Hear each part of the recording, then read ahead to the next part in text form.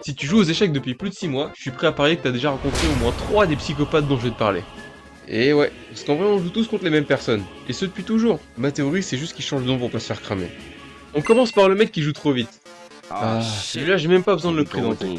On voit tous qui c'est. Si t'as pas déjà joué contre lui, bah c'est que t'as jamais joué tout court. Ces gens-là, t'as l'impression que s'ils jouent plus de 2 secondes après ton coup, bah sa mère elle meurt. T'as même pas encore fait ton ouverture que lui est déjà à son 6ème coup. C'est une dinguerie d'aller aussi vite. Mais le vrai piège chez ce joueur, c'est qu'il t'emmène avec lui dans son délire.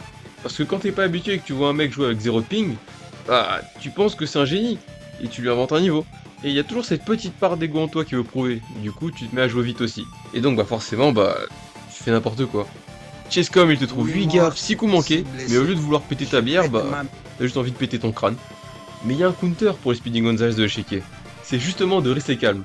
Parce que quand tu comprends que jouer vite, c'est juste un camouflage pour cacher un véritable élo inférieur au bodyguard moyen des joueurs d'échecs, bah ils te font plus peur. Mais pour te mettre hors de toi, y a pas mieux que le faux philosophe.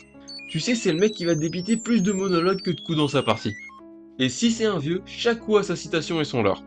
Et vu que t'es obligé de rester, bah t'écoutes comment sa défense française a sauvé son pote Johnny à la bataille de Verdun. Et quand ils perdent, c'est toujours « La victoire n'est qu'une illusion, c'est moi qui ai gagné en marquant ta mémoire. Il n'y a pas de combat ici. » Ok Thorfinn, graille ton piège de canal et va méditer ailleurs. Mais les pires, mais vraiment de loin, c'est les bandeurs d'aura. Quand ton adversaire il se sent chaud parce qu'il a vu Classroom of the Elite et qu'il te lâche des « On voit ton impatience et ton impuissance dans ce jeu. » Après tout, ce n'est pas comme si on était du même niveau. Mais ferme ta gorge! Tu viens de jouer pion E4, roi E2, de quoi tu me parles d'impatience? Et les pires encore, c'est quand t'as le wombo combo philosophe bandeur d'aura trash talker. Après, c'était pas possible d'être aussi réglo que le spécialiste d'une seule ouverture.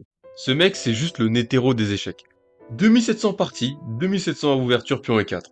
On dirait presque que c'est écrit dans sa religion de commencer comme ça. Et que s'il fait autre chose, il y a un Jnoun qui spawn pour lui grailler son âme.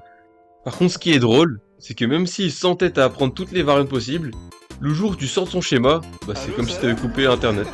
Le mec il crache comme si tu voulais faire tourner GTAC sur le PC du collège.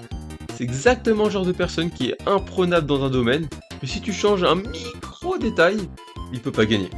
Mais quand il perd, ça reste un mec humble, tu vois. Pas du tout comme le coach après la partie. Alors celui-là, il est dangereux. Pour ton ego. En plus c'est un vicieux, il cache un peu son niveau au début. Il dit rien pendant la partie, mais il t'allume. Pire que les flashs de Phoenix à 3h du SBAR qui réactivent tous les pixels de ton écran. Une fois qu'il t'a bien mélangé, c'est parti pour le feedback. Il devient sélectionneur de l'équipe de France. Il te sort toute la stratégie de ton ouverture et comment tu l'as foiré. Pourquoi il a juste assassiné l'entièreté de tes pièces. Merci Deschamps, mais quand on joue contre un finaliste de la Ligue des Champions, on aime bien être prévenu pour adapter le jeu, hein.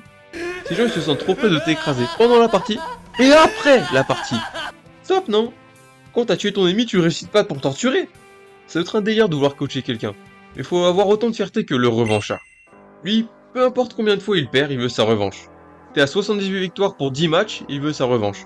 C'est aussi la date des excuses du genre « C'était pas bien réveillé. Ah non mais j'ai mis ce clic. » Et au bout d'un moment il te saoule, c'est normal, mais en fait il se prépare en cachette. Il attend juste son moment. Et le jour où il te bat enfin, oh là là, comment il est fier de lui. Il va reperdre tout de suite après, hein, il va sûrement plus jamais gagner de toute sa vie contre toi, mais jusqu'à la fin de tes jours, il te rappellera ce fameux jour où il t'a battu. À tous ceux qui ont un petit ref ou une petite rust, vous savez de quoi je parle. Mais je crois qu'au final, le plus dur aux échecs, c'est pas de battre ton adversaire, c'est plutôt de supporter les personnages qui vont avec. Et le pire, c'est qu'on a tous été l'un d'eux. Moi le premier. J'ai déjà demandé une revanche, j'ai déjà dit que j'avais mis ce clic, j'ai déjà fait semblant d'analyser une partie. Les échecs, ça rend humble. Enfin, pas tout de suite. Au final, les échecs, c'est pas juste agiter des pions sur un bout de bois. C'est avant tout une rencontre et une découverte de son adversaire. Et sur ce, je vous dis à la prochaine si je suis pas mort d'une crise cardiaque parce que le faux philosophe va faire un discours encore plus débile. So many questions, who do I ask? Where do I go from here? What are you smoking? Ain't no average girl, my one top tier. What is it now? I stood on business and I made it clear. I'm over it now, you done all this to make me look weird. If it's you or me, that's peak on you, I'll be deep in.